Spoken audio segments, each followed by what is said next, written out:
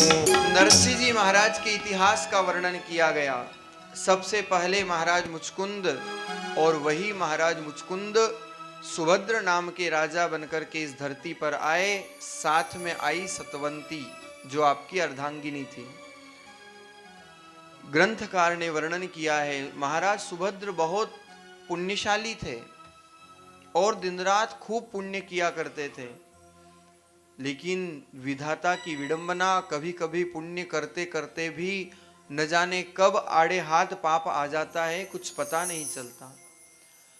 सुभद्र पक्षियों का अन्न क्षेत्र करते हैं।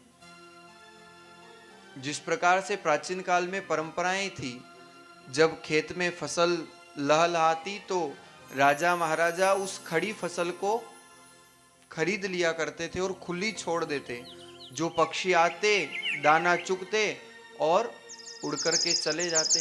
इस प्रकार से पक्षियों का सदाव्रत किया जाता था। तो महाराज सुभद्र ने भी पक्षियों के लिए सदाव्रत किया।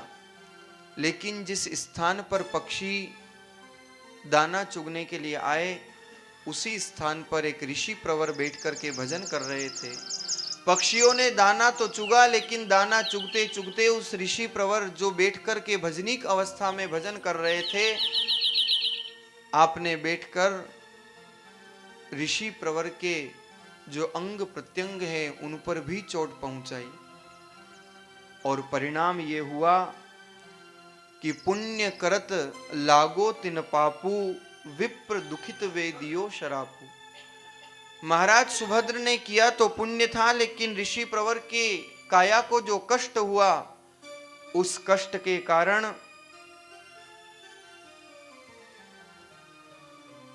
सुभद्र और सतवंती को, दोनों को ऋषि प्रवर का श्राप प्राप्त होता है। और वही सुभद्र और सतवंती अगले जन्म में सिंह और सिंहनी के रूप में इस धरती पर आते हैं। नृप सुभद्र को श्राप अति, दियो विप्र को काल, गयो महारण के विषय, और भयो सिंह विकराल। वही सुभद्र और सतवंती उस पाप के कारण शेर और शेरनी के रूप में अगले जन्म में इस धरती पर आए। लेकिन जब भगवान की कृपा होती है, जब संतों का साथ मिल जाता है, तो व्यक्ति 84 लाख योनियों से मुक्त हो जाता है। संयोग की बात थी, जिस स्थान पर शेर और शेरनी निवास कर रहे थे, द्वारिका के मार्ग में भयानक जंगल में शेर और शेरनी दिन रात हिंसा किया करते थे। लेकिन एक दिन उसी मार्ग से पीपाजी महाराज का निकलना हुआ। ऐसे अद्भुत दिव्य महापुरुष। और जब लोगों ने कहा, महाराज इस मार्ग में तो शेर और शेरनी निवास करते हैं, अगर आप गए तो कुछ हानि पहुंच सकती है। पीपाजी महाराज ने कहा, जाको राखे साइया, मार सके न कोई, बाल न बाको कर सके, जो जग बेरी हो। अरे जिसको परमात्मा रखने वाला हो, उसका कौन बाल भी बाका कर सकता है। और निर्भीकता से निडर अवस्था में पीपाजी महाराज जब उस मार्ग पर बढ़े, तो गागरोन गढ़ को धनी, और खींची पीपा नाम, भयो भक्त सब जगत तज, गयो त्याग धन धाम। जैसे ही पीपाजी महाराज मार्ग में बढ़े और शेर शेरनी आक्रामक अवस्था में पीपाजी महाराज पर सामने से मिलते हैं, शेर गर्जना करता है, और जो सिंह की गर्जना हुई, पीपाजी महाराज माला हाथ में लेकर के राम राम राम राम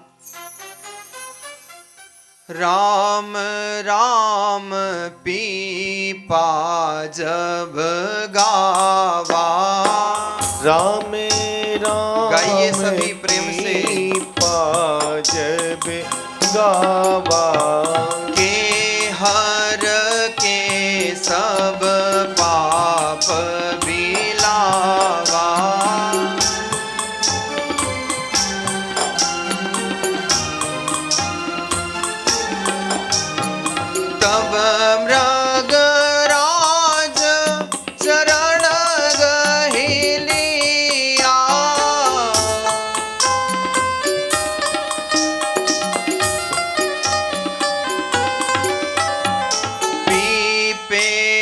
भगत ज्ञान जब दिया।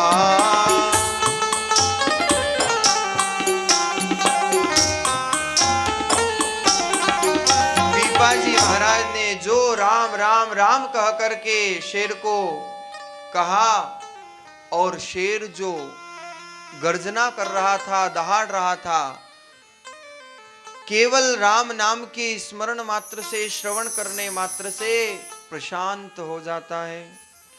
और पीपाजी महाराज उपदेश प्रदान करते हैं कि चलती हलती आत्मा और राम रूप सब जान, कबहु न भूल सताइए सब घटतों से प्राण।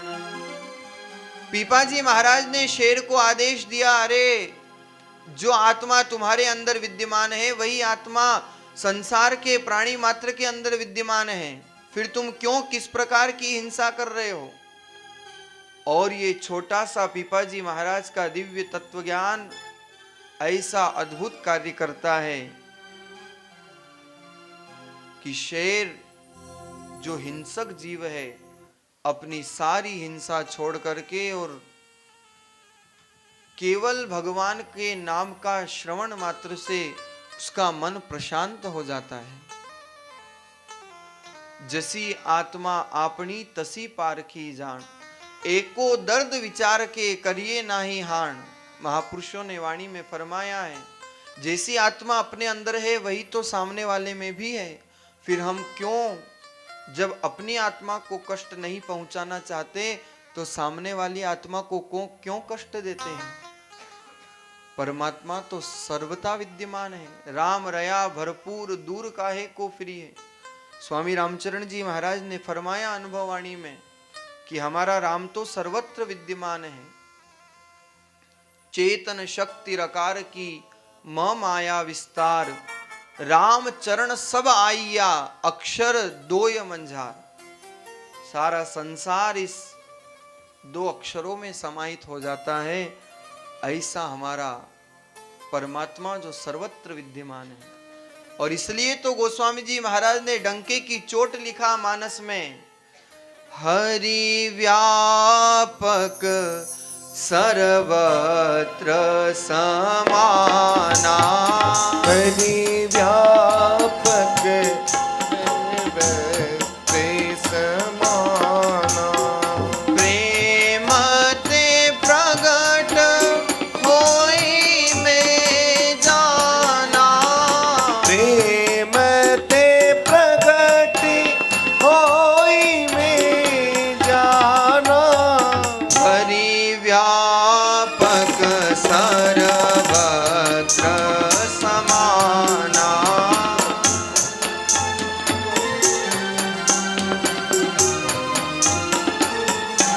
हमारा परमात्मा तो सर्वथा विद्यमान है, कण कण में, पत्ते पत्ते में, जर्रे जर्रे में झांकी है भगवान की, किसी आंख वाले ने पहचान की।